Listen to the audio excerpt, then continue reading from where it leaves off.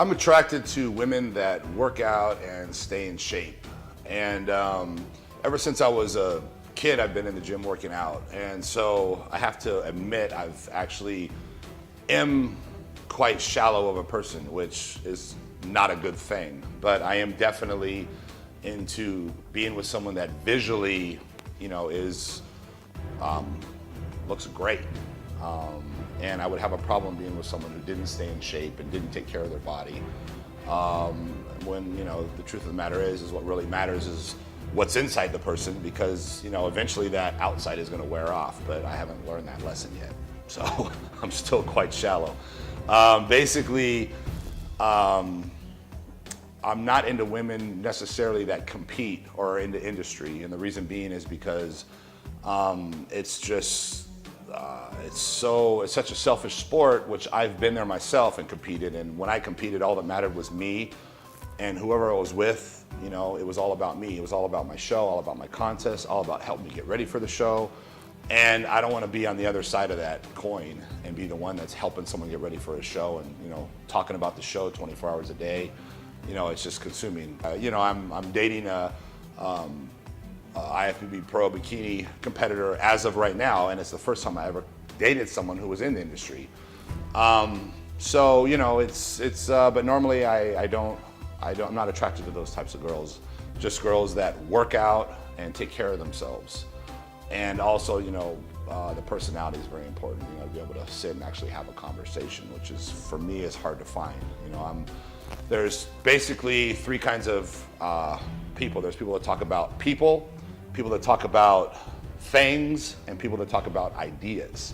And I'm more about the kind of person that talks about ideas. I'm always brainstorming and trying to come up with, you know, business plans and ways to make money and this and that. And I can't stand to sit and have a conversation about people or about things. You know, it's just a pointless, useless conversation. And from my experience, 80% of the people I talk to, that's all they want to talk about is, you know, gossip and this and that. And so it's hard to find someone with substance. For me, that's, you know, that's an important thing, is to actually find someone with substance.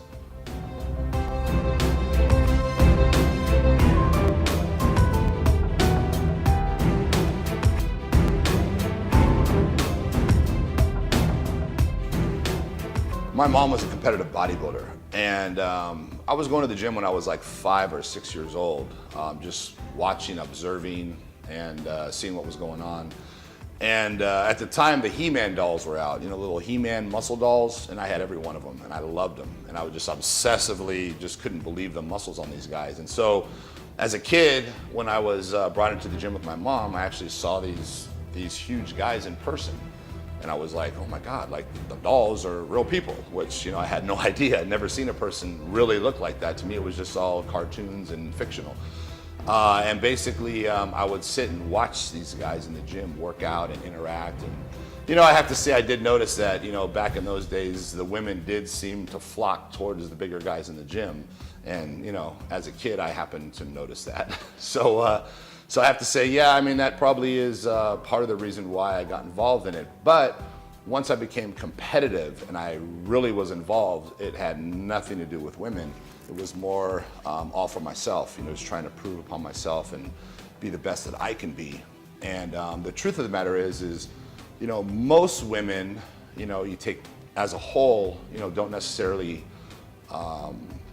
like huge, massive bodybuilders. You know, they're more into the men's physique, or, you know, Brad Pitt, or, you know, more just a leaner, athletic body. So when you get to the stage that I'm at, you know, 280 pounds, 290 pounds, you know, the general public isn't really necessarily attracted to that. So it kind of defeats the purpose if you're doing it to get women.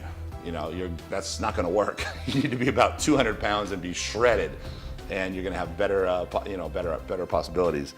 But basically, you know, you have the people that are into bodybuilding and that are into the sport in the industry that basically, you know, obviously like muscles, so they're gonna go for the bigger guy and, you know, the more ripped guy, and, you know, the guy that is doing the best, looks the best. So you have kind of that group. All right. Thank you. For sure. What's your name? Kim. Rich, nice to meet you. All right. How you doing? Your big bicep over there? All right, let's do that. I'm gonna flex over here. Oh, he's over here, huh? The answer to that is yes. I get misjudged all the time. My size, my mass, my tattoos, people assume I'm this. And the truth of the matter is, let it be known, probably shouldn't be saying this, but the truth of the matter is I'm the opposite. Of whatever you look and you see, I'm the opposite. Never judge a book by its cover. But I've always seemed to attract the wrong kind of women. And that's because of visually they see me and they assume I'm, this edgy, asshole, or, someone who is gonna pull their hair and slap them around in the bedroom. And I'm actually the opposite. I'm more of a, affectionate and cuddle and, a good guy, so to speak. And so definitely this physique and my tattoos and everything about me definitely attracts the wrong kind of people.